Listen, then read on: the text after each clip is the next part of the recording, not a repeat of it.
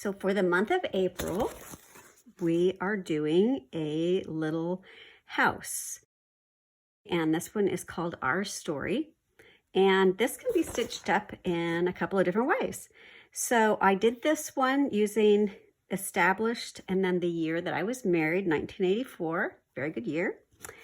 And then I thought it'd be kind of fun to also offer it with a variety of things you could add in there besides the date. So if you want, you could add cat and dog, 2 cats, 2 dogs, bunnies. You could add anything you want in this little spot.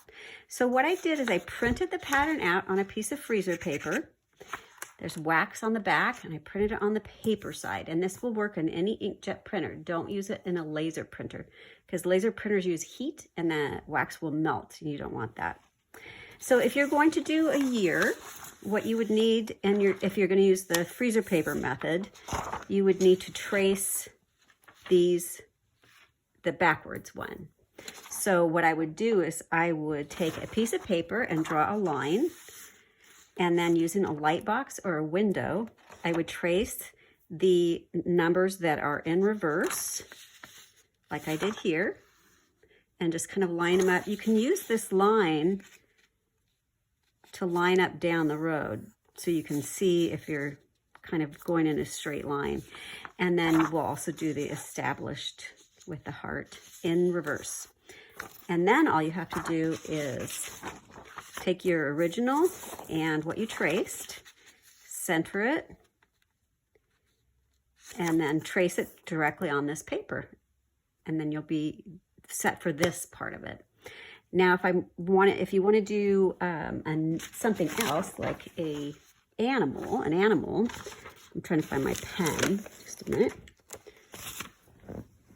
I'll use this pen. Then what you would do is just put this paper down first, and these two are just printed on regular paper.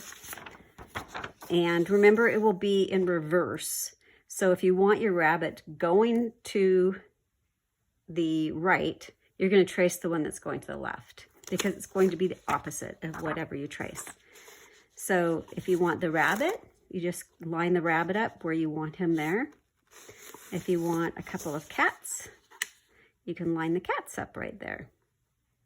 So I'm going to do the rabbit. So I'm going to trace that directly onto this paper, and then I can iron this onto my fabric, and I can trace it onto my fabric that way. So I took my freezer paper with the pattern on it to my ironing board, and I ironed it onto my fabric, and I'm using the Moda linen here, which is really pretty. And now all I have to do is, using a light box or a window, I'm going to trace my design. And I like to use the Pilot Friction pen. It disappears with the heat of an iron. I kind of do a little sketchy line, and it really goes pretty quick. And the positive thing about using these pens is if your stitches don't cover up your lines exactly, it doesn't matter, because you press it when you're done and these lines will disappear. So I'll trace this and then we can start stitching. Now the design is traced onto my linen, and I decided I'm going to do this one all in blue. This is the Withered Blue from Valdani. I thought it'd be kind of fun to just do a blue one. I haven't done that for a long time. So I'm going to start with a stem stitch. And you always want to start at one end of a line, and all the straight lines or solid lines here are a stem stitch, except for the smoke coming out of the chimney. I did draw that as a straight line, but in the actual stitching, it is a running stitch, and that's what it shows on the pattern. But rather than try to draw all those little dashes, I just went ahead and drew a straight line. Okay, so we're going to start by taking 1/8 of an inch and going back about 1/16 of an inch, so about halfway in between. And I'm carrying my thread always on the same side. So if I'm carrying it up, I'm always going to carry it up the whole way up. Now I'm going to take 1/8 of an inch, and I'm going to come back in that same hole.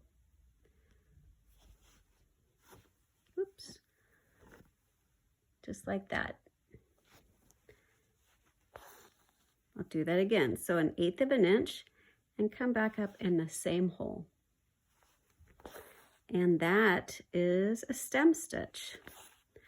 So I will continue on. I'll do this tree, and I did do the leaves a little bit different on this one. I didn't quite know what to call it. I called it a fan leaf.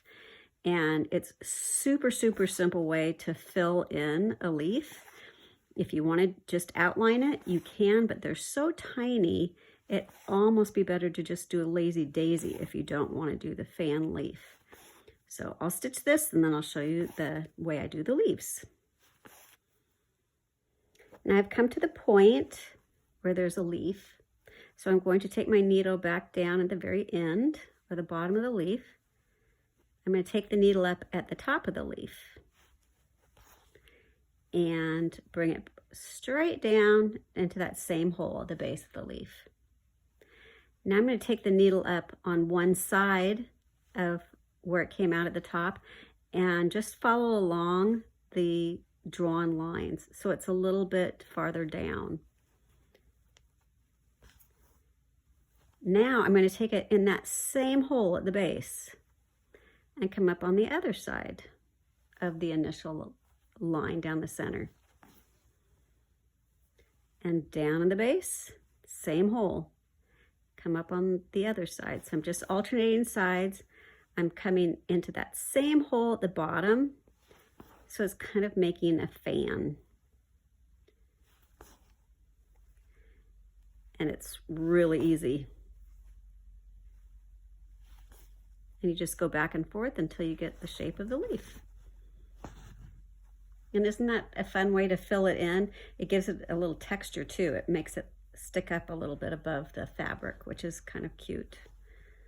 And then I'll just jump down here and do the next leaf. So I'm just going to stem stitch to the end.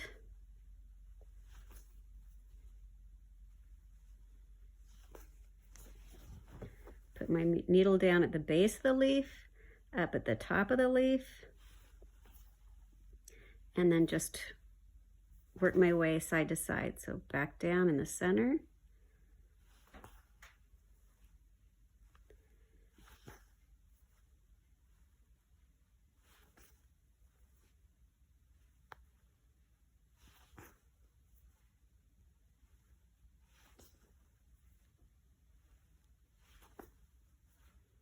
And there's 2 leaves just like that. Now this is a leaf design that I use quite a bit in the Tiny Treasures book. So if you are working on any of those projects, that is what a fan leaf is. The smoke from the chimney is done with a running stitch. And as I said before, you don't have to trace each little stitch. You could just do a line if you're using a tool that will disappear. So this is with the friction pen, which when I press this, that will all disappear. So for a running stitch is super, super simple. Just come up, I come up at the chimney, down on the line. I take about equal space between stitch and the space. So they're all about the same length. And I'm trying to make them pretty small, but these might be even a little bigger than I had wanted. But there, now it looks like kind of like smoke. Super, super fast and simple way to do that. I wanted to show you too, if I can, I'll go ahead and just weave the end through previous stitches. If I'm going to tie a knot, I'll just go ahead and tie a knot, and then I'm going to tie another knot really close to it, a quilter's knot. Now all I have to do is just clip in between there and I'm good to go. The other thing that I did differently on this, besides the date, is I did the windows and door different. So on here, I just used a simple backstitch. And on this one, I went ahead and used a satin stitch and I filled them in. So if you're going to do the backstitch, what I found helpful to try to get it as square as possible is I first did the top and then the bottom, rather than work each side. It seemed like this was easier for me to actually get a real square. Well, as best as I can anyway. And then I do the sides after I do the top and the bottom. And that's the window. So there you have the option, using the animal, and I use the withered blue, which I think is just gorgeous, the Valdani Pearl Cotton. It just has this slight variation that's so pretty. The eggs are going to be satin stitched. The eye on the bird, it's a tiny, tiny stitch that maybe goes over 1 or 2 threads of the fabric. And then the eyes of the animal are just 2 little stitches, one that way and one that way. You could do a French knot too if you wanted to. So there's that. The other thing I wanted to show you is, see on this one, how I filled the hearts in with a satin stitch? Since it was kind of large, I really, really wanted them to have a nice smooth edge.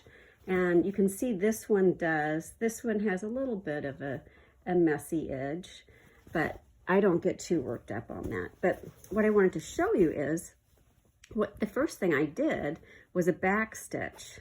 So for a back stitch, you pull your thread up about 1/8 of an inch. I take small stitches. You go backwards into the hole that you just came out of, and then past your thread about 1/8 of an inch.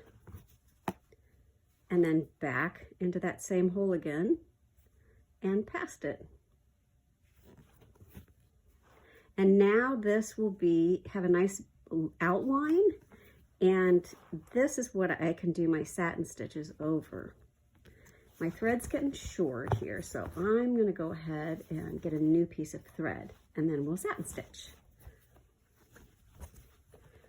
Okay, to satin stitch this, I have found if I use a hoop, they look much better. So I don't normally use a hoop, but on certain things I will, and this is one of them I would suggest using a hoop for, is a satin stitch. And I'm going to start down here at the base. And the other thing is good lighting. Good lighting, a hoop, and if you have a magnifying lamp, that's very helpful too, depending on how old you are. It's really helpful for me. So what I like to do is just put the needle down right on the other side of that back stitch, almost going underneath it a little bit, and then coming up on the other side and kind of doing the same thing where you're actually pulling those stitches just a little bit under that back stitch. And the other nice thing about using the back stitch while you're doing a satin stitch is it kind of poofs it up a little bit, if that makes sense. So it gives it a little bit more dimension.